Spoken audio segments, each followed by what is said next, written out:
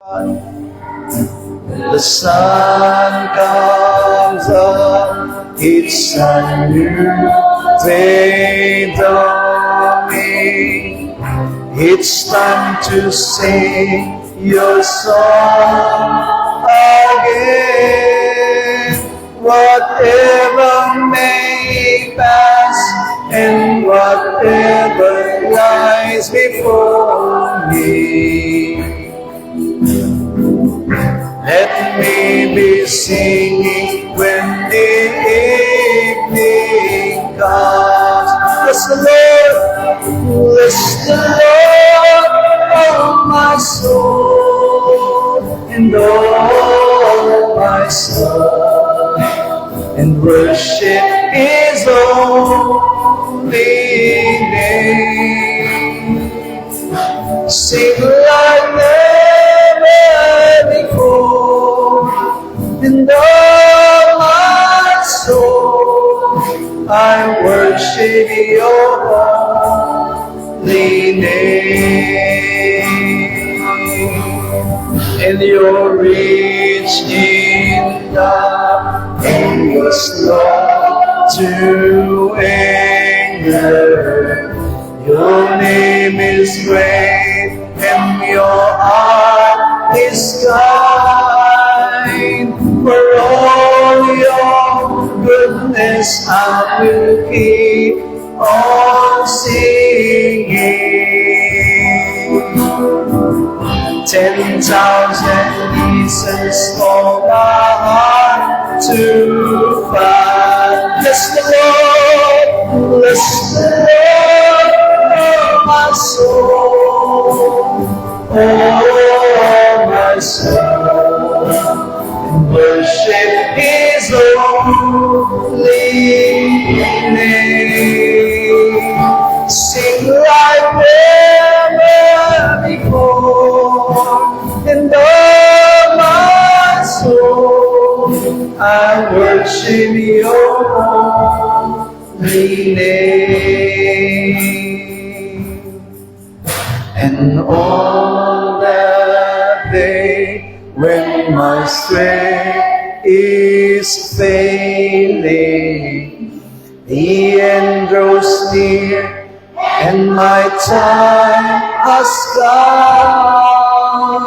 Still my soul will sing your praise unending. 10,000 years and then forever. Oh, bless the Lord, oh my soul. Bless the Lord, oh my soul. Oh, my soul, and worship His holy name. Sing like never before, and all my soul, I worship your holy name. And I worship your holy name. Lord, I worship your holy name.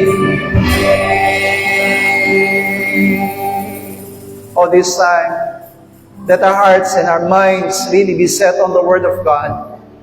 Let us pray that God will continue to lead us by the Holy Spirit, lead us by the truth, at idalangin po nating lumago, tumibay, at tumatag ang ating mga pananampalataya upang sa muling pagparito ng ating Panginoon Jesus ay madatan tayong patuloy na naggumagawa at gumugusal sa gawaing ipinagkatiwalaan siya sa atin. As we shout, oh my soul, overcome, oh my soul, overcome, and oh my soul, overcome, and oh my soul, overcome. Ama namin Diyos, naririto kaming muli nagpapasalamat sa napakagandang umaga na ibinagkalaw mo sa amin, Ama, na may dako mo ang aming mga panyapak sa iyong bahay-sambahan upang kami sumamba at magpurit, maglingkod sa iyong dakilang pangalan. Now that we are here, O Lord God, let our hearts and let our minds, O God, be set on the Word. Hayaan mo, Panginoong Diyos, na tulungan mo aming mga puso at kaisipan, Panginoon, na patuloy, Panginoong Diyos, marinig ang tinig mo sa pamamagitan ng iyong mga salita.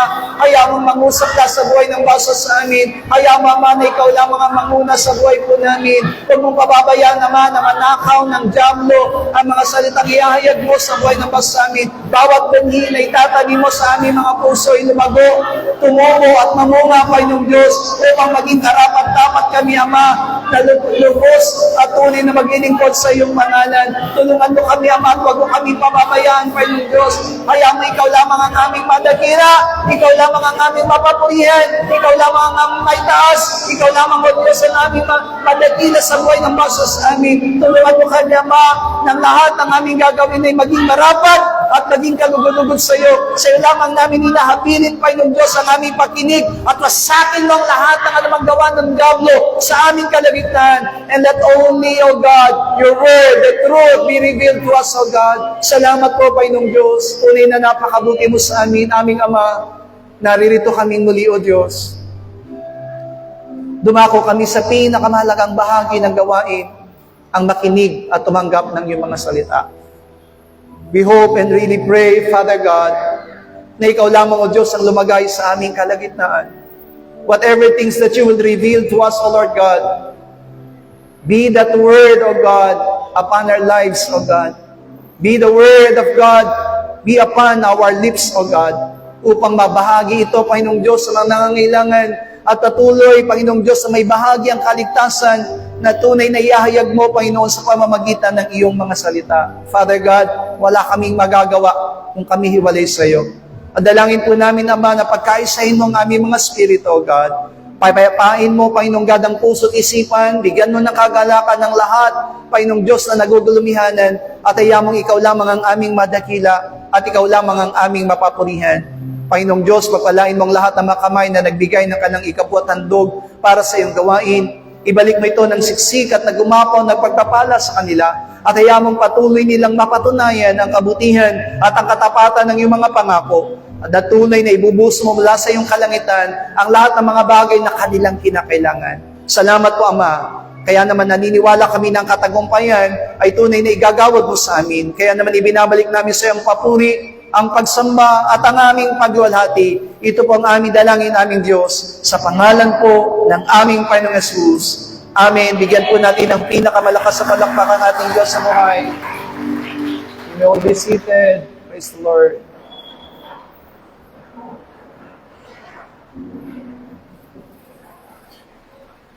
Salamat sa Diyos.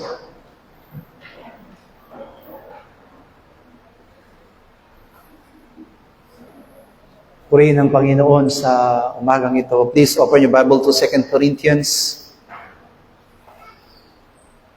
Ikalawang Korinto, Kabanatang 3, talata po'y 5 hanggang 12.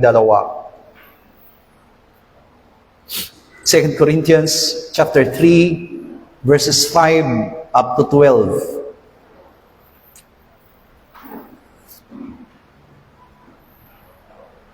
Basahin po natin sabay-sabay ang ating mga talata mula sa 5 hanggang 12. Hindi sa kami ay sapat na sa aming sarili upang isiping ang anuman ay mula sa ganang aming sarili, kundi ang aming kasapatan ay mula sa Diyos, na sa amin naman ay nagpapaging sapat na mga ministro ng bagong tipan, hindi ng titik, kundi ng spirito, sapagkat ang titik ay pumapatay, datapwat ang spirito ay nagbibigay ng buhay.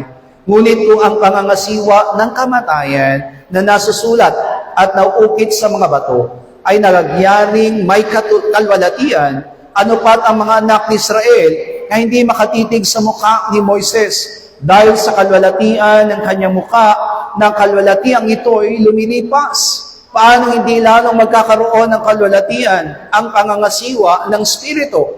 Sapagkat kung ang pangangasiwa ng kahatulan ay may kalwalatian, ay bagkus pa nga higit na sagana sa kalwalatian ang pangasiwang ukol sa katwiran. Sapagkat katotohanan ang pinaluwalhati ay hindi pinaluwalhati sa bagay na ito nang dahil sa kalwalatiang sumasagana. Sapagkat kung ang lumilipas ay may kalwalatian, ay lalo pang nananatili ay nasa kalwalatian. Yaman ngang mayroon gayong pag-asa, ay ginagamit namin ang buong katapangan ng pananalita. Amen. Purihin ang Diyos sa mga salitang ating binasa, looking forward to a more glorious.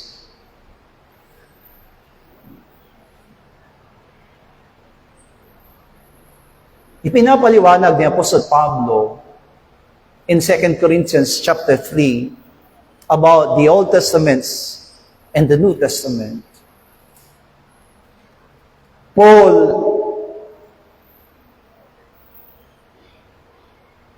exhort about the word that Moses received in Mount Sinai and the word that we have received as a church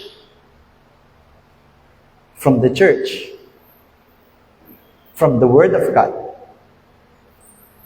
At ang sabi po ni Pablo sa binasa nating talata, both of the Word of God that was being revealed to men, whether it is in the time of Moses or in the time of the church, it has glory. Meron tinatawag na kalwalatian. And that's why, mula po sa mga propeta, ginamit po sila to open the way of the Lord. Binuksan yung daan ng Panginoon upang maipalaganap yung mabuting balita na bago dumating ang ating Panginoong Hesus, all these prophets was being used by the Lord sa pamamagitan ng mga kapahayagan ng Diyos ay ipinahintulot niya na ang bawat isa ay maihanda hanggang sa dumating ang ating Panginoong Hesus. And when the Lord Jesus Christ came, He called His disciples and He preached the gospel, yung kaligtasan, yung kaharian ng Diyos, ibinahagi niya at patuloy niyang ipinapakita yung kalwalatian na taglay po niya sa pamamagitan ng katotohanan na nasa Kanya. Because the word of the Lord said, He is the Word, and He is the life, and He is the truth. At pagkatapos po ng ministeryo na ginanap ng ating Panginoong Hesus, the disciples that was being called by the Lord Jesus Christ to continue the church, to establish the church, nakapagpatuloy po sila doon sa gawain ng ating Panginoon. At makikita natin the ministry and the work of God from the very beginning, from the creation down to the time of the prophets and to the time of the Lord Jesus Christ when He became man, and to the time of the apostles and to the time of the church, it never stops. Hindi po ito tumitigil. At ang sabi nga po doon, it is the glory, it is more glorious than ever.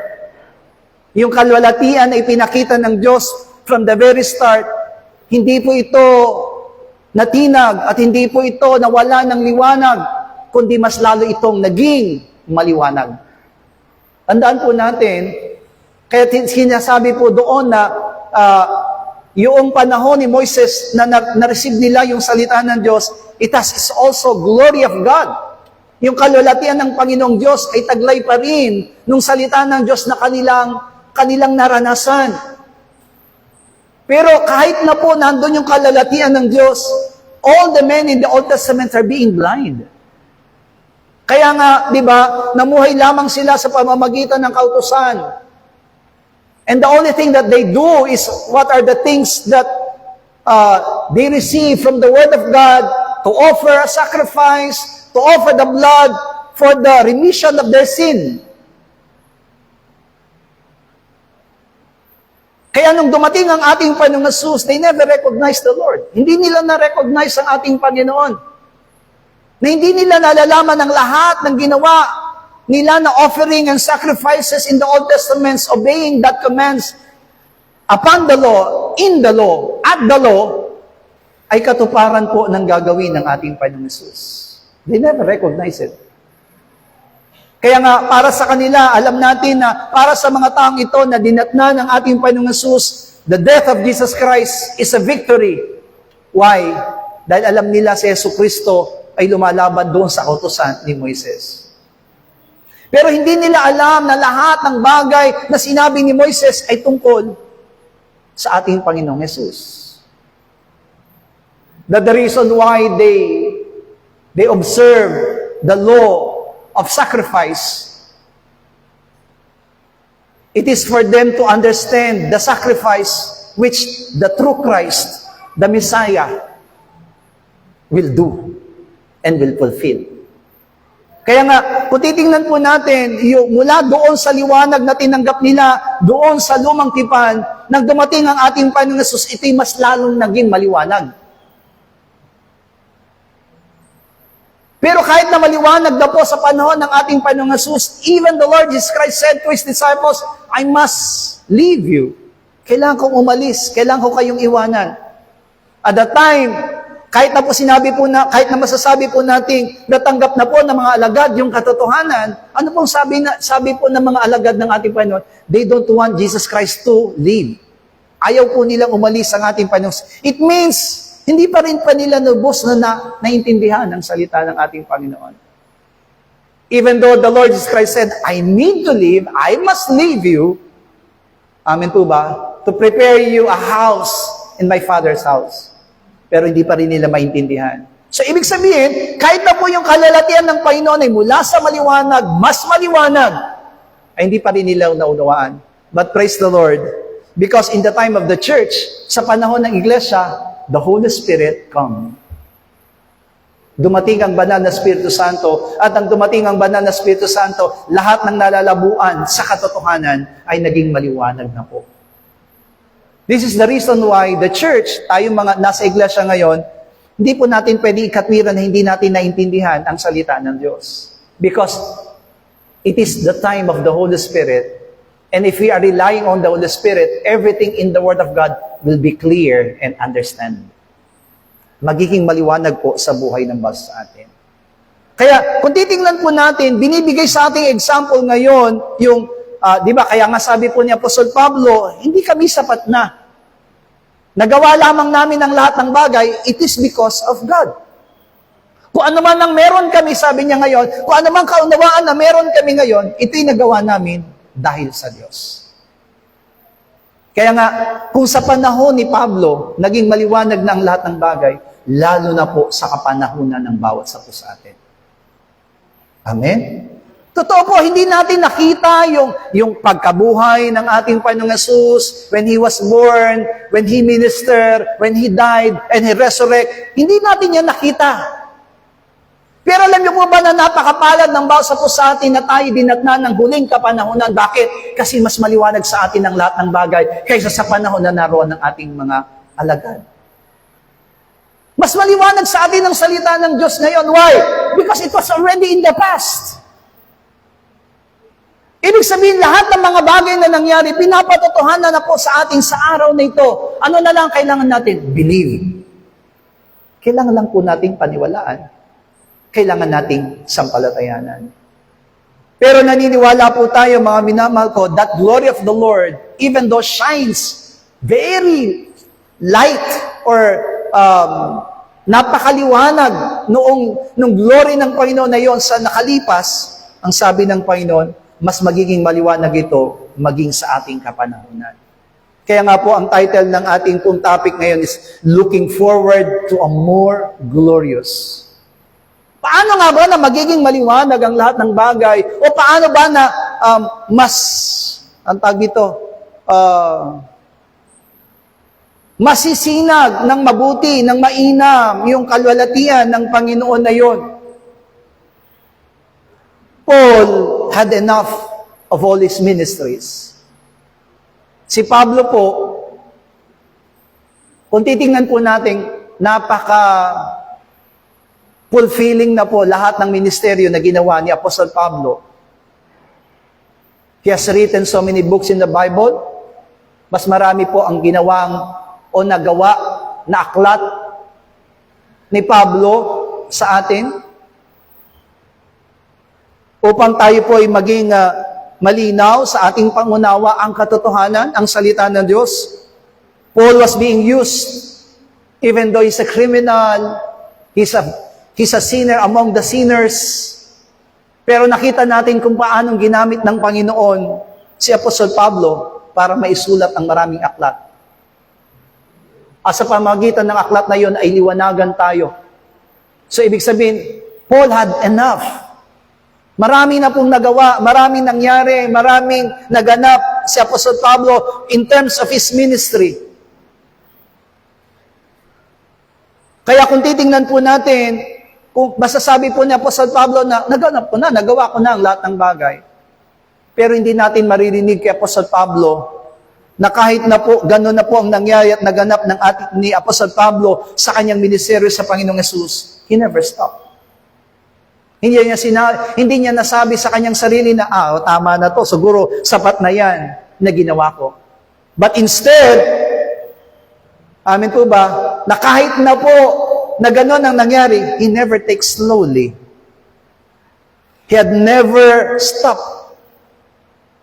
But he continues. Bakit? Kasi he's looking forward to a more glorious. Hindi para maitaas at maparangalan ang kanyang sarili, kundi para mailahad niya kung ano yung bagay na ipinagagawa ng Panginoon sa kanyang buhay. Paul is a very good example to every Christians, to every believers. Sa atin bilang mga mananampalataya, magandang ehemplo si Apostol Pablo. Bakit? Sapagkat nakikita natin po sa kanya na kahit na dumana siya ng hirap, para lamang matupad niya ang lahat ng ipinapagawa ng ating Panginoong Hesus, he never gave up. He never stopped. What is looking forward is to more glorious life and more glorious spiritual life, more glorious ministry in the Spirit. Yung mas makita niya po yung kanyang sarili na mas ginaganap at ginagawa lahat ng ipinapagawa ng Panginoon sa kanya. What he wants is to make it more glorious as what God wants from him. Ang gusto ni Apostol Pablo, kung titingnan po natin yung binasa nating talata, di po ba? Kaya nga sinasabi niya doon na yung mga tao doon sa panahon ni Moises na tinanggap niya yung salita ng Diyos sa Mount Sinai, the people of Israel cannot look upon Moses. Why? Because the glory shines upon Moses. Pero tayo po, kabaliktaran. Kapag naintindihan natin ang salita ng Diyos, we can see more clearly the glory of God. Kapag naintindihan po natin yung salita ng Diyos, the more we understand the Word of God, the more we see clearly the glory of God sa pamamagitan po ng salita niya. Yung po bang may experience po natin yung kagalakan na salamat Panginoon sapagkat naintindihan, naunawaan ko ang salita ng Diyos. Yung kasiyahan ng isang mananampalataya, hindi yung tumatanggap lamang tayo ng mga material na bagay sa ating mga buhay. Ang tunay na kagalakan ng isang mananampalataya ay kapag naunawaan mo ang salita ng Diyos. Why? Because that is really the true glory upon our lives. Ano ba yung sinasabing glory? Kanina pa natin binabanggit yung glory, di ba ba? Pag sinabi po kasi tinatawag na kalwalatian, it is more than joy. It is more than, amin po ba, yung tinatawag pong kaganapan sa buhay ng bawat sa atin. Yung kalalatian na yun po, mga minamahal ko na tinatanggap po natin, ay yung kasaganaan. Pwede rin pong tinatawag, i-compare natin doon sa tinatawag na kasaganaan. At yung kasaganaan na hinahanap ng isang mananampalataya ay hindi lamang po sa mga material na bagay. We can experience. Pwede po natin talagang maranasan yung kasaganaan sa mundo. Amen? Actually, hindi tayo binawal ng Diyos na makaranas ng kasaganaan sa sanlibutan. Amen? Pero winarningan lang tayo. Mag-ingat tayo sa kinang ng kasaganaan ng sanlibutan. It may grab our true faith.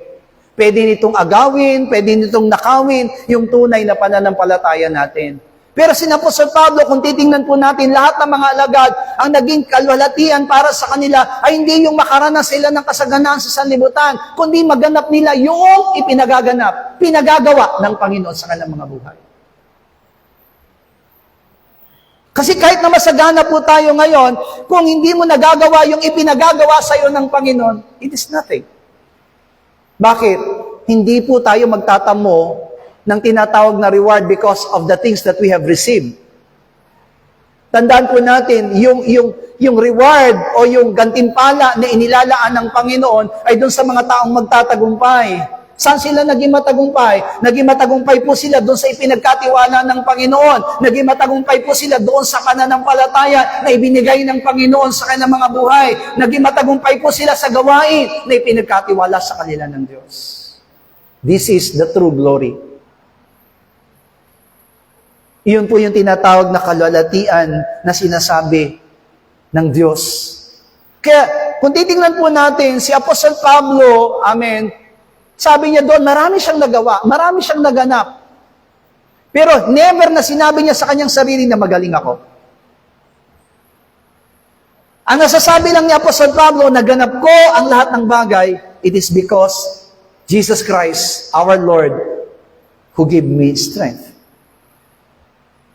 Kaya nga sabi doon, kung daw yung mga sulat na nakatitik, pag sinabing sulat nakatitik ay pumapatay, it means it is all about the law.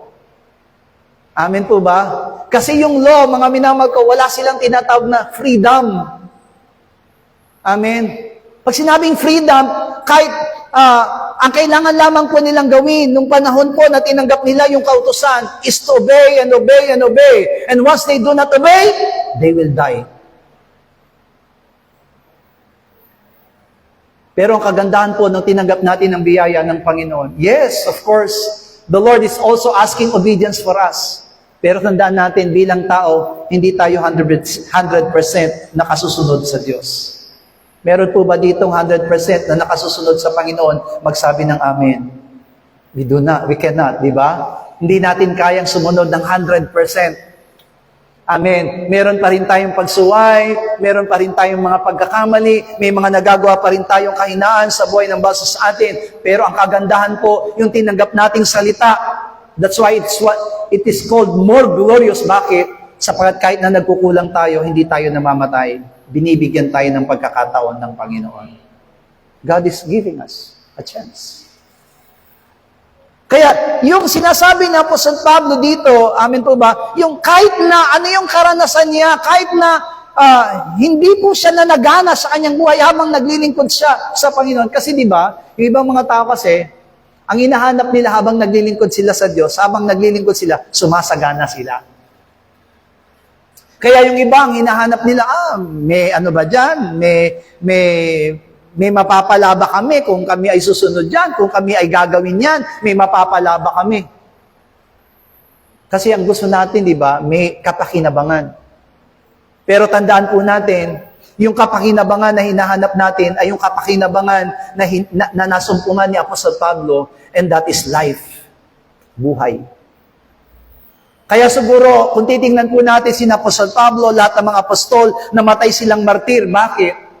Kasi mas pinili nila yung buhay na kasama si Kristo kaysa sa buhay na kasama ang sanlibutan.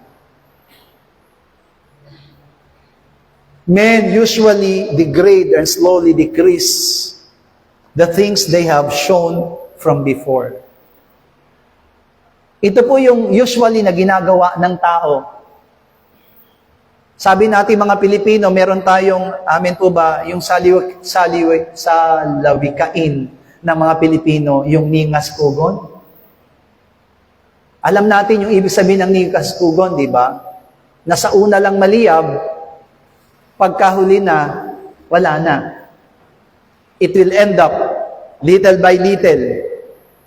Ganito po yung sinasabi ng pinapag-aralan natin. Ito po yung tao, tayong mga tao, madali tayong magsawa. Bilang tao, madali nating bitawan yung mga bagay na ginagawa natin dati at hindi na natin ginagawa ngayon. Yan tayong mga tao. Madali tayo magsawa, madali nating sabihin, sabi nga, buka ng bibig, pero kinakabig ng dibdib. Mabilis tayong mangako, mabilis din tayong mag-back out. Amen? Si Pastor Manny lang ba ang ganyan? Kayo ba hindi ganyan? Magaling tayong mangako, pero wala tayong natutupad kahit isa. Amen? Parang resolution lang yan every year. Gusto natin, Panginoon, simula sa taong ito, hindi na ako ganito na ang gagawin ko. Amen. January, nagawa mo. Pagdating ng February, balik ulit. Tama? Kasi tao tayo eh. Because we are weak. Hindi tayo ganun ka, ang tawag dito, hindi tayo ganun ka perfect. Amen? Hindi tayo ganun kagaling sa ating pamumuhay. Meron tayong mga kahinaan. Marami tayong mga bagay na hindi nagagawa. Kaya nga, madalas, i-degrade natin. Imbis na umaangat, bumababa. Dinidecrease natin.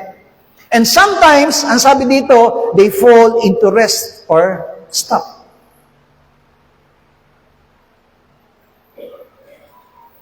Sa sentence po, sa mga nag-aaral sa eskwelahan, sa sentence po, may punctuation na tinatawag na rest. And what is that? Comma. Amen?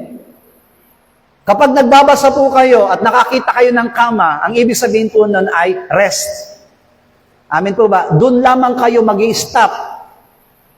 Magre-rest lang po kayo, pero kailangan mong mag-continue. Hallelujah.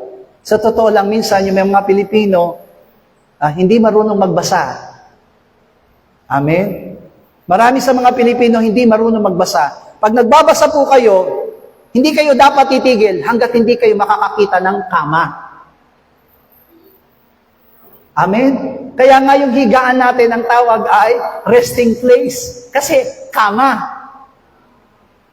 Tama. Hallelujah! Pero, pag nakakita po kayo ng kama, hindi ibig sabihin na titigil na kayo. Ang tawag doon ay rest. Doon ka lamang magpapahinga, pero tutuloy. Pero meron tinatawag na punctuation na kailangan kung saan ikaw ay titigil. Ang tawag doon ay period. Amen? Tandaan po natin, hindi pa ginagawa sa buhay ng bawat sa atin yung salitang period. Gusto niyo ba lagyan na kayo ng period? Pag nilagyan na po kayo ng period, ibig sabihin, tapos ka na. Amen? Tayo po, mga minamag ko, sometimes, naglalaylo tayo. Minsan, nararanasan natin yung tinatawag na laylo or pangihina. It's normal, kasi tao tayo eh. May kahinaan ng bawat sa atin. Pero, huwag kayong titigil. Sabi mo nga sa katabi mo, di baling magpahinga, huwag lang titigil. Hallelujah! Huwag kang titigil. Kasi, amen po ba? Until the Lord's come, hanggang sa hindi dumarating ang Panginoon, hindi tayo titigil. Ibig sabihin, that is the work of the church. Yan yung trabaho ng iglesia, ang magpatuloy. Bagamat dumarating sa pagkakataon. Amen. Alam ko po, wala tayong excuse. Lahat po tayo nangihina. Dumarating sa pagkakataon na lahat tayo nanlulupaypay. Nakakaranas tayo ng panlulupaypay. But it doesn't mean I will stop. And you will stop. Amen. Nasa panahon lang tayo ng tinatawag na kama. Hallelujah. Nagpapahinga, pero magpapatuloy. Hallelujah. Sabi mo nga sa katabi mo, nagpapahinga lang ako, pero magpapatuloy ako. Huwag niyo naman tatagalan ng pahinga. Kasi pag matagal na ang pahinga, tuldok na rin ang tawag dyan. Amen? Hallelujah. Baka makalimutan ng huminga. Amen. Sa sobrang pahinga. Amen. Sabi dito, wala pa tayong nagagawa. Kung halimbawa man na may mga nagawa na tayo, sabihin, example, kung halimbawa may nagawa na tayo at may ginagawa na tayo, it doesn't mean that we will stop. Instead, ang sabi doon, we need to go further. Amen po ba? Sumulong po tayo at gawin natin yung mga bagay na ipinapagawa ng Panginoon sa buhay ng bawat sa atin. When Jesus Christ was being stopped for His ministry, anong sagot ng ating Panginoon? Lucas chapter 13, verse 32 up to 33. Diba, maging ang ating Panginoong Jesus, binalaan din po siya ng mga Pariseo about His ministry, about what He's doing. Pero ang sagot ng ating Panginoon, sinabi niya sa kanila, magsiparoon kayo at inyong sabihin sa sorang yaon, narito, nagpapalabas ako ng mga demonyo at nagpapagaling ngayon at bukas at ako'y magiging sakdal sa ikatlong araw. 33, gayon may, kailangan ako'y yumaon sa aking lakad ngayon at bukas at sa imakalawa, sapagkat hindi mangyayari ng isang propeta ay mamatay sa labas ng Jerusalem. Jesus Christ did not stop. At that time, alam natin na maraming hadlang. The reason why maraming mga hindrances to Jesus Christ is for Him not to fulfill the will of God the Father. Jesus Christ Himself said, the reason why I came is to die. Hindi po siya natatakot mamatay sapagat ang dahilan ng pagparito ng ating Panginoong Hesus ay mamatay. Dahil yung kamatayan lamang po ang magiging daan para ang lahat ay maligtas, para ang lahat ay matubos. Pero, habang ginagawa niya yon through His, amin po ba, manly form, dahil nagkatawang tao siya, taglay niya yung katawan na katulad ng sa isang tao, pwede siyang hadlangan. Amen po ba? Remember, He's still God. But in the form of man.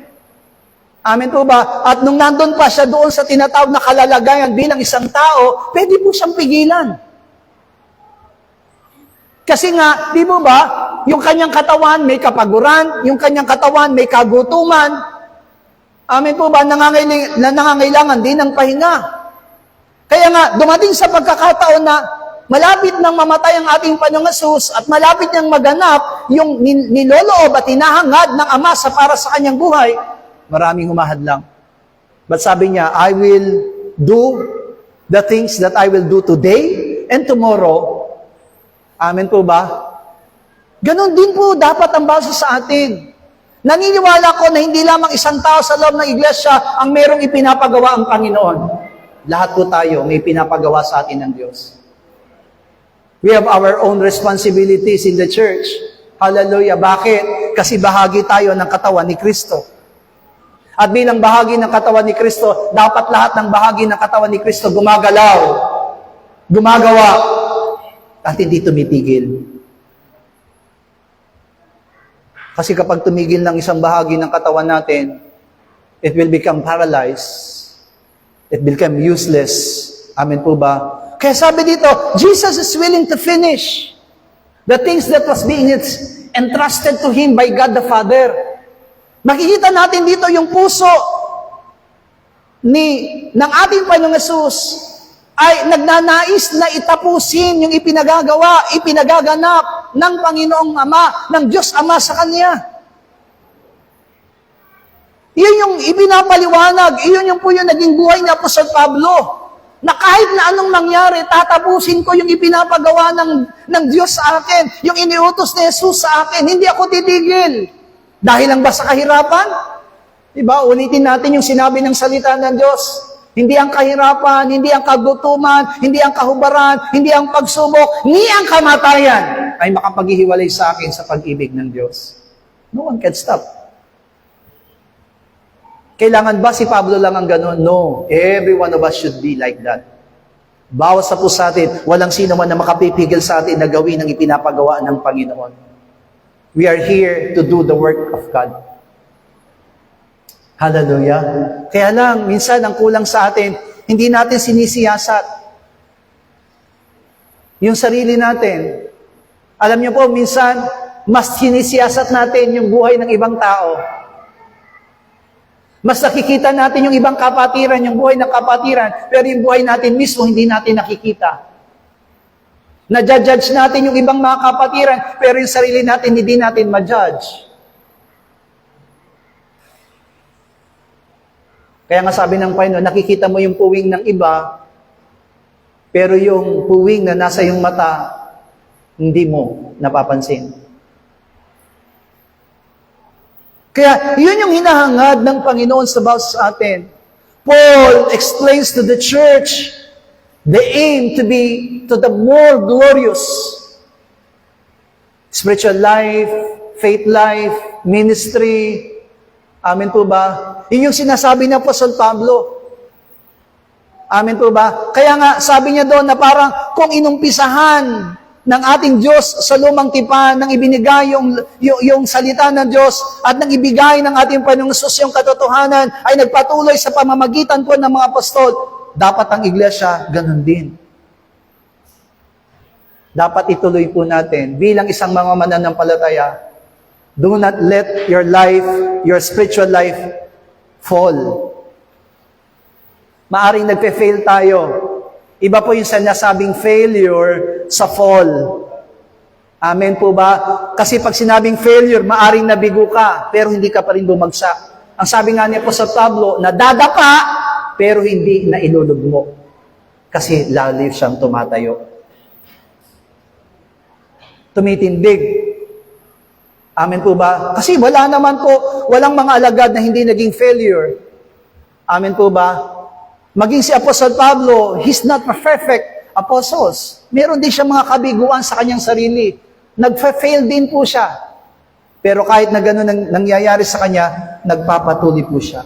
So instead of giving up, he set his minds to a more glorious life. Bilang isang mananampalataya, dapat ganun yung nangyayari sa atin ngayon. Right after the worship service, dapat ang tinitignan mo sa iyong sarili, I need to have a more glorious life tomorrow, the other day, the next month, and the next year.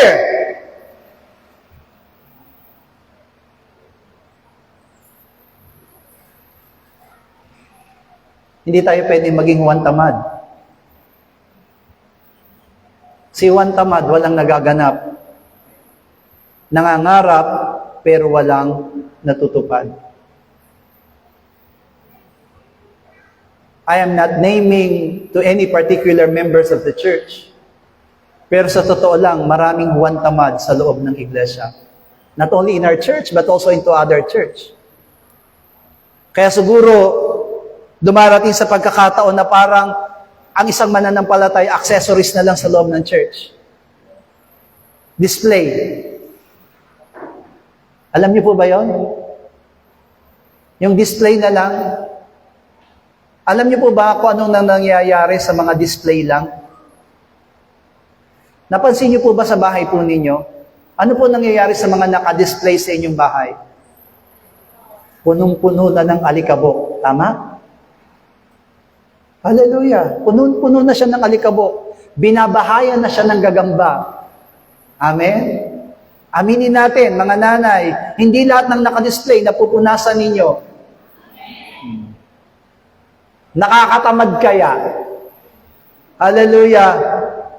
Sino sa inyo yung matyaga na kapag may flower base na ganito, isa-isa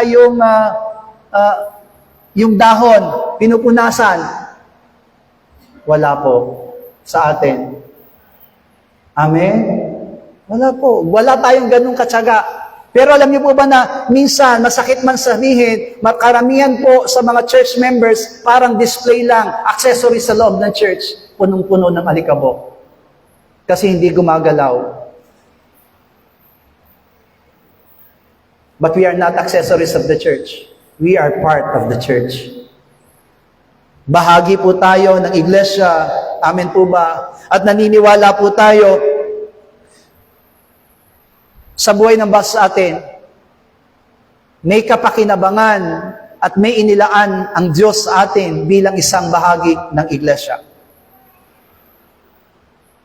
Masarap naman po talagang maging successful. Amen? Hallelujah. Masarap maging successful. Masarap din na maranasan sa buhay po natin sa mundong ito ang maging sagana. Amen?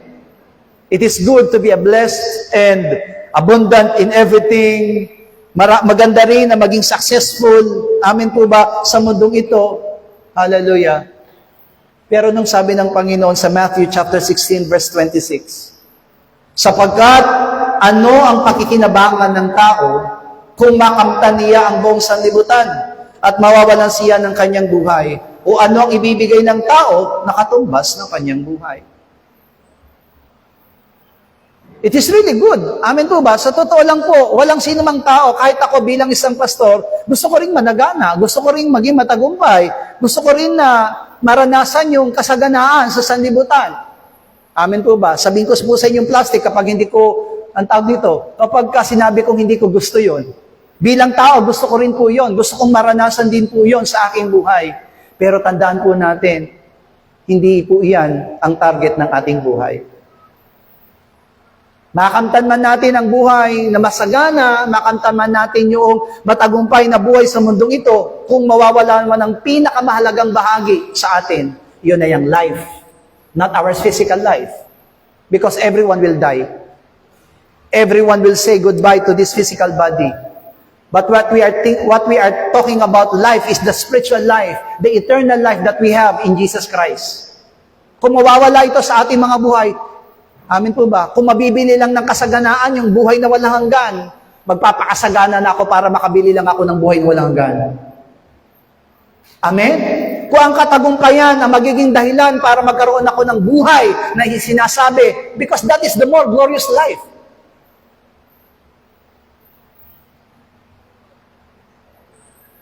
Amen?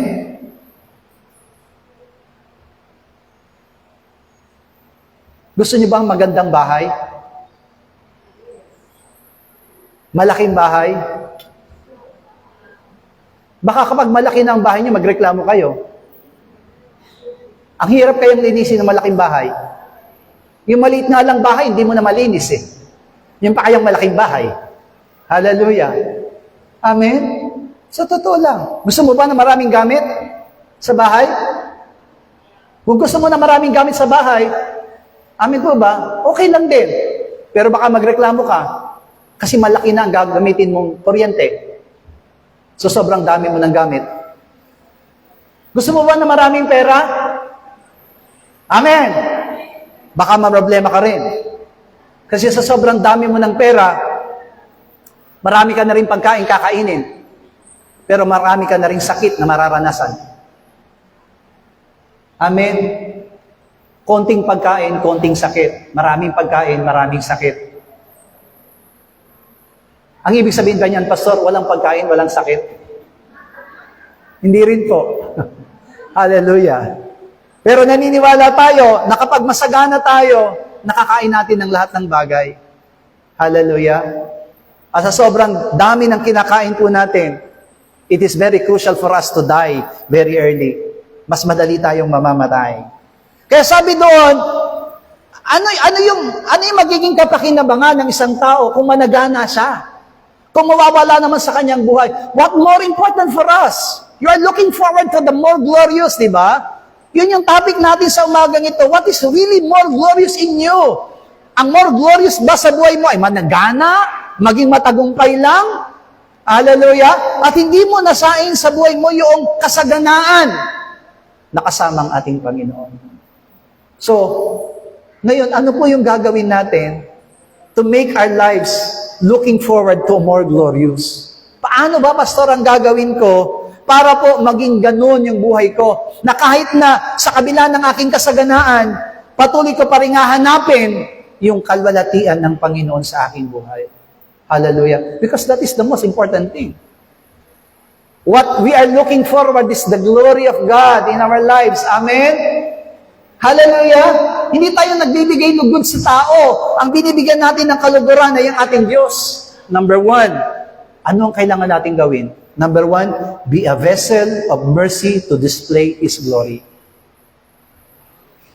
Para daw maibigay, para daw maipakita na nasa iyo yung tunay na kalulatian ng Diyos, hindi ito makikita sa kasaganaan o katagumpayan na meron ka.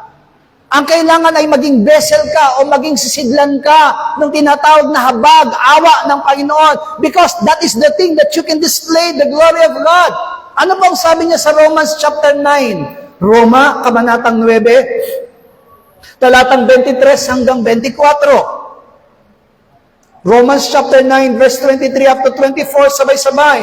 At upang maipakilala ang kayamanan ng kanyang kalalatian sa mga sisidlan ng awa na kanyang inihanda ng una pa sa kalalatian, maging sa atin na kanya namang tinawag, hindi lamang mula sa mga Hudyo, kundi naman mula sa mga Hentil.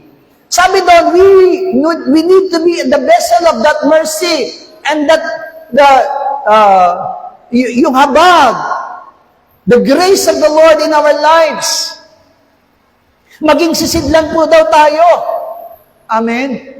Kapag nakita sa atin yung pagiging sisidlan ng habag at awa ng Panginoon, tayo po yung magpapakita sa pamamagitan ng ating buhay na i-display natin, nasa Kanya ang kalalatian ng Diyos. Of course, men cannot say that. Pero naniniwala tayo, higit na ang kikilala sa atin ang kalalatian ay nasa atin, iyan ay ang ating Panginoon. Which means, let us all be productive as the Church of Christ. Amen po ba? Kailangan makita natin yung sarili natin na sisidlan tayo. Hallelujah. Kailangan maging, hindi lamang tayo kasangkapan, amen po ba, na nakadisplay sa loob ng iglesia, kundi makita natin, amen po, na nagiging attractive tayo. Nakita niyo po ba yung gamo-gamo kapag sabi nila, pag malapit ang ulan, pag uulan na, ano po yung nakikita nating karaniwang tanda? That is yung gamo-gamo, di ba? Saan pumupunta ang gamo-gamo? Sa ilaw. Amen po ba? Kung nasaan ang ilaw, kaya nga pag pinatay natin yung liwanag, yung ilaw natin, mawawala na sila. Kasi po, ang pupuntahan nila, yung liwanag. Yan din po, yung masasabi po natin na we need to attract many. Yung gamo-gamo na yon, it represents the people around us. It represents yung sanlibutan. Kapag yung kalalatian ng Panginoong Diyos nasa atin, nagliliwanag, yung vessel tayo, sisidlan tayo, kasangkapan tayo ng Panginoon na nagliliwanag, tayo yung nilalapitan. They were being attracted to us. At iyan yung hinahangad ni Apostle Pablo. Hallelujah. You will not be attracted for me because I am handsome or I am beautiful. Hallelujah. Tandaan po natin, lahat ng bagay niyan lumilipas. Pero ang hinahangad ng Panginoon sa atin is to attract all the men for that glory. Amen po ba? The glory of God in our lives.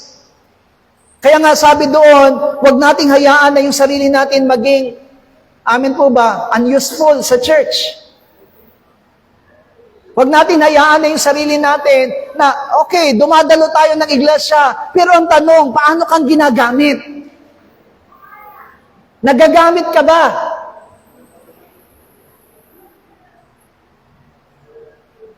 Maging si Apostol Pablo, sinasabi niya na napakahalaga ang mga kagamitan. Sabi niya sa isang tahanan, iba-ibang klase ng kagamitan. May yari sa kahoy, may yari sa babasagin, pero meron ding yari sa ginto. Sabi niya, yung yari sa kahoy, ginagamit araw-araw, pero yung yari sa ginto, ginagamit lang yan occasionally. Ang tanong, anong klaseng gamit tayo sa loob ng church? What kind of vessel we are in the church? May kapakinabangan ba tayo sa loob ng iglesia as a part of the body of Christ? Hallelujah. Yun yung nagiging malaking katanungan ngayon that many Christians, masaya na sila na attendee. Masaya na sila na nasa loob sila ng church. Pero kailangan pa lang isang iglesia bilang bahagi ng katawan ni Kristo. Hanapin mo kung saan ka magiging kapakinabangan para kay Kristo. That is looking forward to a more glorious. Hallelujah. Lahat ba ng mga mananampalataya naghahanap ng ganyan? Actually, ang nakalulungkot po, Nalayo na po tayo doon sa tinatawag na early church movement. Because if we will try to read the Bible, lahat ng mga mananampalatayang kumilala kay Kristo right after they believe in the Lord and right after they were being baptized, alam niyo po ang sinik nila, magamit sila ng Panginoon. That's why every day, amin po ba, araw-araw, sila'y pumaparoon at nagiging bahagi sa paghahati-hati ng bread. Na today is communion, di ba? Alam niyo po ba sa communion, minsan, pag nagko-communion na po tayo, minsan nagkakasala tayo eh. Kasi we do not understand what is really the meaning of communion. Totoo po na meron tayong mga minister na, mga worker na kumukuha dito nung tinapay at saka nung saro. Pero kapag ang saro po at saka yung tinapay ay nadala na po diyan sa may lamesa, hindi na po dapat hahawakan ng worker yan. Kasi po, kapag inabot ng worker po yung tinapay sa unang miyembro, halimbawa kay Sister Jonah at kay Sister Jenny, pag inabot na po sa kanila yung tinapay, wag mo muna nga abutin yung alak. Bigyan mo muna yung katabi mo, ikaw yung mag-o-offer sa kanya. Kailangan paglingkuran mo siya. Kasi napaglingkuran ka na ng worker, kailangan ikaw naman ang maglingkod. Kasi ganyan tayo sa church, naglilingkuran tayo sa bawat isa. Amen? Kaya yung worker po, actually, hahawakan lang ng worker ang tinapay at saro sa una lang at sa huli. Yan ba ang nangyayari? So, kaya minsan parang we do not understand. Once na kinuha mo po, nagmamadali kagad tayo eh. Huwag kayo magmadali. Kapag kinuha niyo po yung tinapay, yung lalagyan ng tinapay, sumubo ka na. At pag nagkasubo ka na, bibigyan mo naman yung next. Ngayon, katulad ni Joseph, mas malayo po siya kay Michael. Kailangan niyang itayo yun at dadali niya yun kay Michael. Amen? Wala tayong magagawa. Mas malayo si Michael kay Joseph. Hallelujah. Kaya mas malayo yung paglilingkod na gagawin niya para kay Brother Michael. Amen? Sabihin ba, kasi naman, layo-layo naman ang upuan niya. Hindi pwede. Kasi yun yung ibinigay na paglilingkod sa'yo. Amen?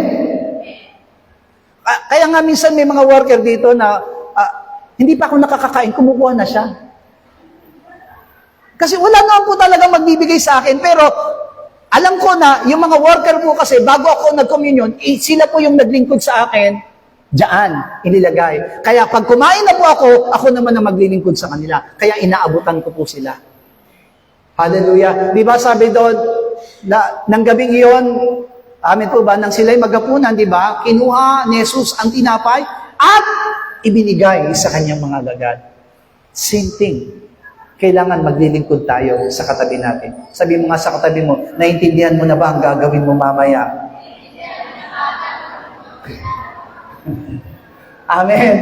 Alam mo na ba yung gagawin mo mamaya? Kasi sometimes we do not, sa ibang church, nasanay kasi tayo, di ba? Yan ay nakasanayan natin eh. Hallelujah. Kaya ngayon, alam mo na, ganun pala yung gagawin ko. Amen. Kaya kausapin mo na yung katabi mo, dito ka na, banda rito, kasi layo-layo mo. Kaya sabi doon, be productive. Amen. Do not make yourself unuseful. Hanapin mo na ngayon sa sarili mo ngayon. Simula ngayon. Amen po ba? Sa araw na ito, hanapin mo na, saan ba ako pakikinabangan ng Diyos? Because God needs me. Kailangan ako ng Panginoon. Kailangan gamitin ako ng Diyos. Amen. Sabi mo nga sa katabi mo, kailangan ka ng Panginoon. Sabi doon, do not be distracted with what the Lord desires to you. Amen po ba? Huwag ka magpapadistract. Kung anong gusto ng Panginoon sa iyo, gawin mo. Maybe, in terms of knowledge and capacity, di ba, is concerned, maaaring wala tayo nyon. We are nothing. Wala tayo. Pero sapat na po sa buhay ng bawat sa atin na yung puso natin gusto nating magpagamit sa Diyos. Because I need, di ba? Lahat po tayo, katulad ni Apostol Pablo, is looking to a more glorious.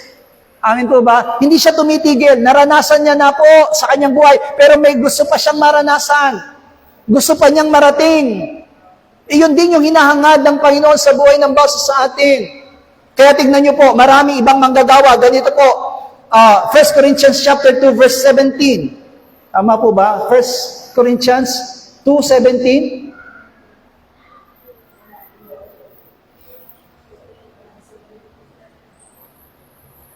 Tama ba? Wala ba? O 2 Corinthians.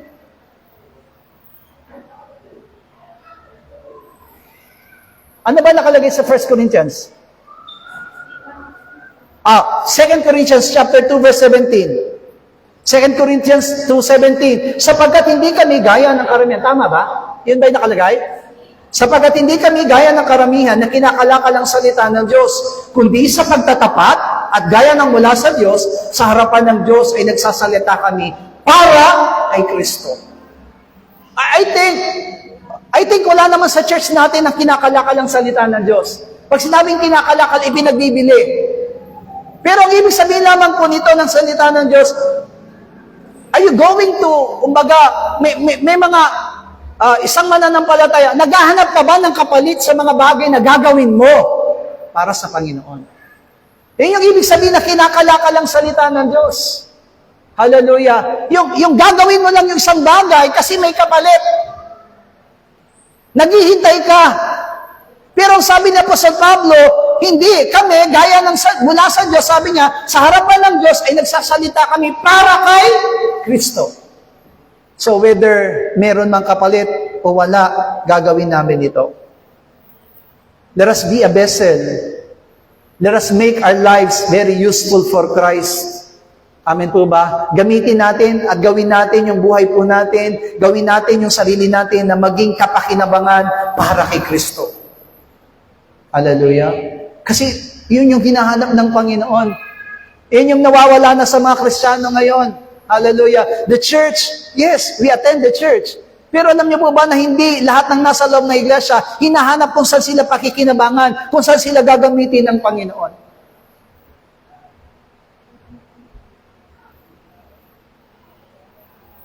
Magkakasala ko sa Panginoon kung di ko ipangangaral na dapat tayong magamit ng Diyos. Dapat po tayo lahat gamitin ng Panginoon.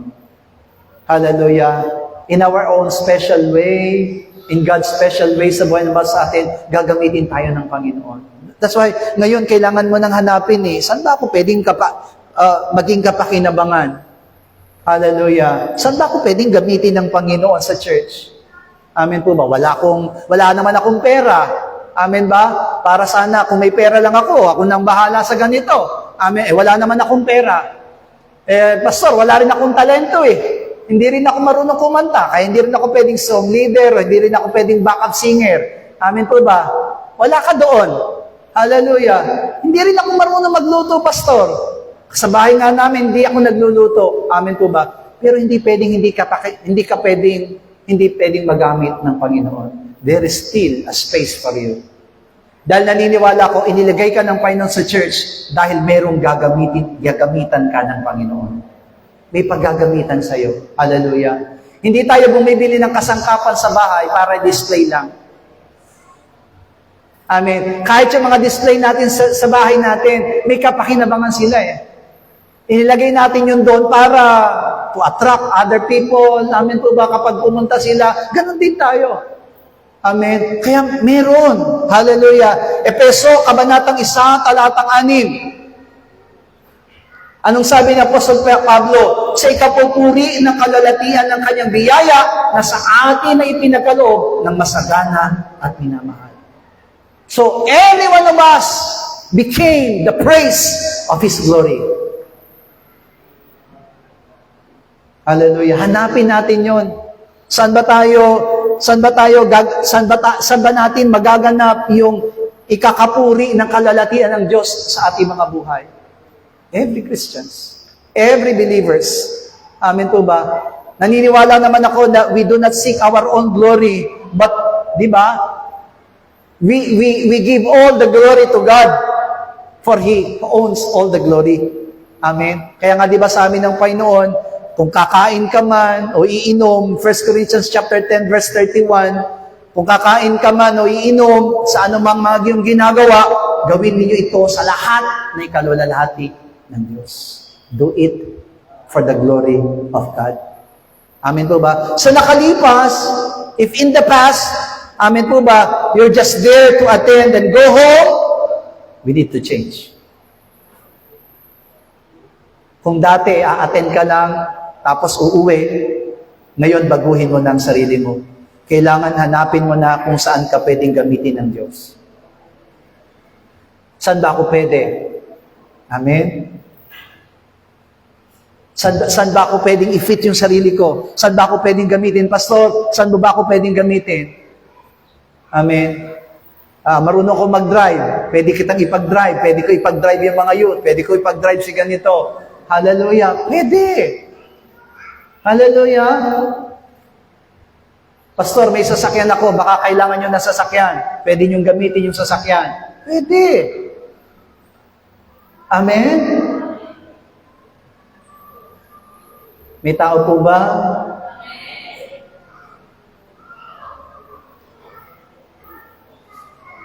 Pwede lahat. Everything is really possible. Because we are all church. Kaya nga sabi ko po sa inyo, kapag hindi ko ipinangaral ito, magkakasala ko sa harapan ng Panginoon. Sabi po sa 2 Corinthians chapter 6, verse 10, sabi niya, tulad sa nangalulungkot, gayon may laging nagagalak. Tulad sa mga dukha, gayon may nagpapayaman sa marami. Gaya ng walang anumang pag-aari, gayon may mayroon ng lahat ng mga bagay. Maybe you think you are useless. Maybe you are thinking you cannot do yung wala kang magagawa. But in fact, God's richness is in you. Yung kasaganaan ng Panginoon, ipinagkaloob na sa atin. Hallelujah. Di ba sabi doon, dukha man tayo, pero tayo ang magpapayaman sa marami. Ano ibig sabihin po noon? Dukha ka, pero magpapayaman sa marami.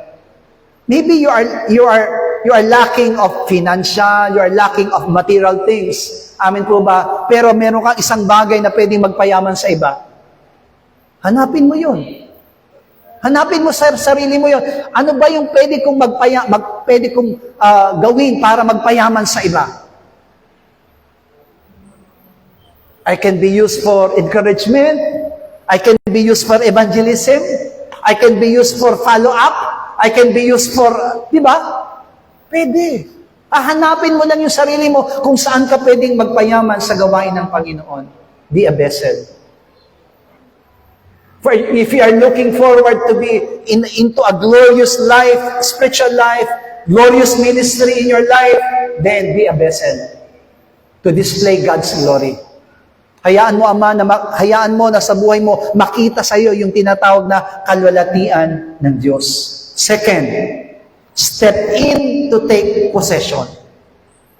Pag sinabing step in, hindi po ba, tayo mga tao, kung ayaw natin humakbang.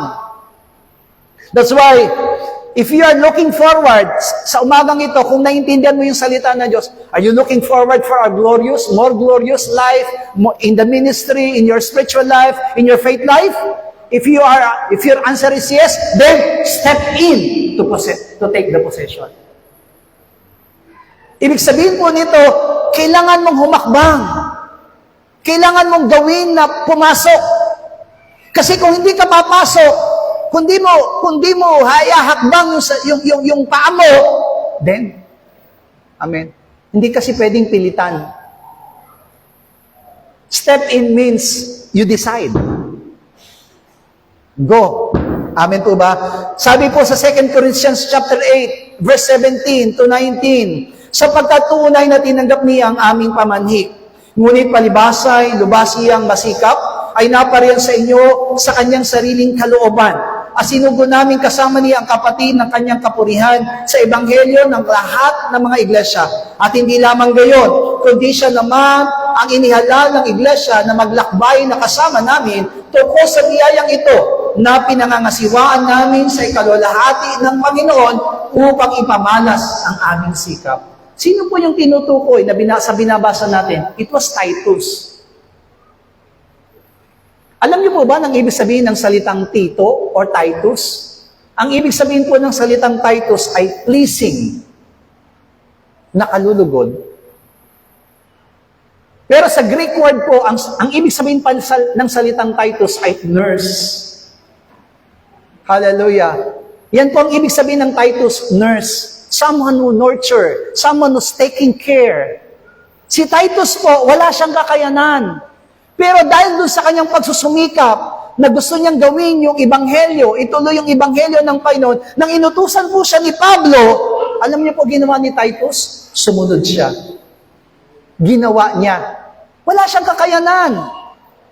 Amen po ba? Kaya sinabi na po sa Pablo, lahat ng ginagawa namin, lahat ng pinapangasiwaan namin, sabi niya dito, ay ginagawa namin sa kalwalhatian ng Panginoon. So even Titus doesn't have that kind of galing, wala siyang ganong kakayanan, wala siyang ganong kagalingan. Pero ang meron po sa kanya, pagsusumikap at pagnanasa na gawin ang lahat ng bagay. Ito yung hinahanap ng Panginoon sa atin. If you are looking forward for the more glorious in your life, then step in and to take the possession. Matulad nawa tayo kay Titus. Hindi naman Titus ang pangalan natin, but let us seek to please our God. Let us be a nurse. Hayaan po na yung buhay natin na maging nurse, di ba? Mahirap ang buhay ng nurse. Mga laga. Actually, nakakatuwa na yung mga nurse, gusto nila maging nurse, pero sa totoo lang, alila yung mga yan. Alila ng mga pasyente. Amen po ba? Lalo na yung mga pasyente na walang dalaw. Alam niyo ba kung sino yung mga ngalaga dyan? Nurse lang. Sila lang talaga, kaya tinawag silang nurse. Amen po ba? Tagapangalaga, tagapag-ingat. Amen. Kaya lang, minsan, nag-ano nga lang tayo na may mga nurse na masusungit. Amen. Pero niyo po ba na hindi niyo masisisi kung bakit minsan masungit ang mga nurse? Kasi minsan matigas ang ulo ng mga pasyente. Kaya nagsusungit sila para makita ng mga nurse na meron silang authority. Hallelujah. Pero sa totoo lang, kung gusto nyo maging nurse, it is really good. Kasi naniniwala ka, it's a noble job. Kaya tinawag ko siyang noble job. Kung wala kang puso na magpakumbaba, wala kang puso na mga pangangalaga, huwag kang mag-nurse. Kung wala kang puso ng malasakit, huwag kang mag-nurse. Kasi mahirap ang nurse. Tagalinis ng sugat. Amen po ba? Kaya siguro yung mga nurse, kapag galit na galit na, kapag naglilinis ang sugat, walang pakialam, di ba? Kasi hindi naman sila yung nasasaktan eh. Pero kasi sobrang pagod na sila. Hallelujah. Kaya sa ibang bansa, mahal ang bayad sa nurse. Kasi alam nila kung gaano kahirap ang trabaho ng nurse. Dito lang sa Pilipinas, mababa ang sweldo. Pero sa ibang bansa, per hour sila. Kasi mabigat ang trabaho nila. Ang tanong, may puso ba kayong maging nurse? Mga laga. Amen? Hallelujah. Malasakit. May malasakit ba kayo? Pero ganyan dapat, katulad ni Titus, wala siyang kakayanan. Hindi siya marunong kumanta. Hindi siya marunong tumugtog. Wala siyang pera. Pero, meron siyang pagmamalasakit. Tanungin mo yung katabi mo, nurse ka ba? Pwede ka bang maging nurse? Hallelujah. Kasi kung masungit ka, kung suplada ka, kung wala kang puso, hindi ka pwede maging nurse. Kaya bilib ako sa mga nurse. Saludo ako sa mga nurse. Grabe ang puso nila. Hallelujah. Kaya nga, everyone, walang sino man sa atin na naririto ngayon, everyone has a big part of God's ministry. Lahat po tayo, gagamitin ng Diyos. We are partakers of God's work. Amen. Lahat po tayo, pag sinabing partaker, bahagi. Amen. Kasama sa gawain ng ating Panginoon. Hallelujah. You did not only receive God's promise, but you also receive God's command. Hindi lamang pangako ng Diyos ang tinanggap mo, ang tinanggap mo rin ay utos ng Diyos. Kaya nga sabi, Efeso, Kabanatang 4, Talatang 16, na dahil sa Kanya ang buong katawan na nakalapat na mabuti ay nagkakalakip sa pamamagitan ng tulong ng bawat kasukasuan. Ayon sa paggawang nauukol sa bawat iba't ibang sangkap ay nagpapalaki sa katawan at sa ikatitibay ng Kanyang sarili sa pag-ibig. Every one of us really connected to each other. Hallelujah. Lahat tayo konektado sa bawat isa. Katulad ng nangyayari ngayon, of course, may mga gawain po tayo katulad sa Cambodia, amen po ba? Sa Cebu, may gawain po tayo. Pero salamat sa Panginoon, wala tayo doon. Pero malaking katulungan ang ginagawa po ninyo na pagbibigay para sa Panginoon, para lahat ng gawain po natin sa Cebu, gawain natin sa Cambodia, gawain natin doon sa Karanglan, sa Aurora, ay patuloy nating maganap. We need to help the church. Kailangan natin tulungan ng iglesia. Siguro masasabi ko na iyan po yung pinaka nakapaloob sa pinag-aaralan natin salita. We need to help the church. Kailangan natin tulungan yung iglesia. Kailangan natin maipakita kung paano natin matutulungan yung iglesia. Ulitin ko, we are not church display. We are not just accessories in the church. Hindi lang tayo kalat na itatapon. Amen po ba? Pero lahat tayo tinawag ng Diyos at kasangkapan para sa Kanyang gawain. A tool for Him. Hallelujah. That's why, sabi nga nung pangalawa nating topic, step in to take the possession. Sabi ko, Lord, mahirap, di ba? Kasi sabi ko, take the possession, but taking the possession is not possession of pakikinabangan mo sa iyong sarili. No, possession para maging kapakinabangan sa ating Panginoon. Hallelujah. We need to see ourselves working. Kailangan natin makita yung sarili natin na gumagawa, nagtatrabaho. Hallelujah. Nandyan pa po ba ang church? Nandyan pa po ba kayo? Kailangan natin makita yung sarili natin na gumagawa. Amen po ba? Step in means to be involved, to be part, and to be active. Huwag natin hayaan na pababa tayo. Amen po ba? Kundi kailangan natin iangat yung sarili natin. Okay, gamitin ako ng Panginoon. It's really time for me para gamitin ng Diyos. Amen po ba? Saan ba ako gagamitin ng Panginoon? Well, kailangan mo hanapin kung saan ka pwedeng gamitin ng Panginoon.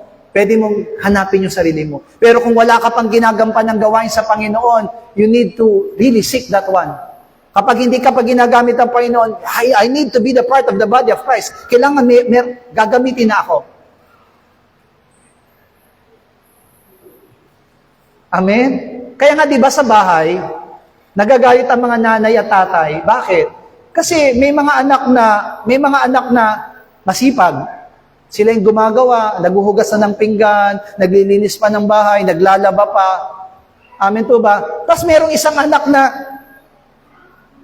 nandun lang sa sopa. Cellphone lang. Amen? Sa tingin mo, may karapatan ba si nanay at si tatay na magalit sa anak na yon? Diba?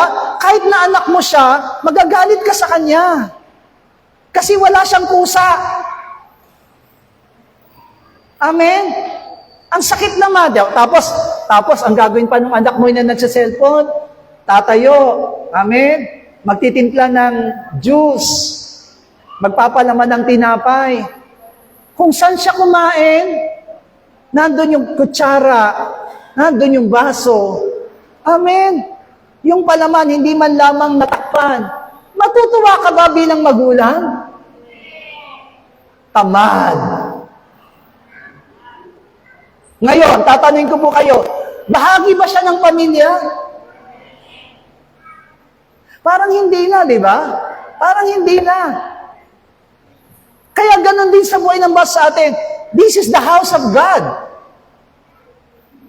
Hallelujah. Kung may makikita ang Panginoon na nakahiga na at walang ginagawa, Hallelujah! Kilos-kilos!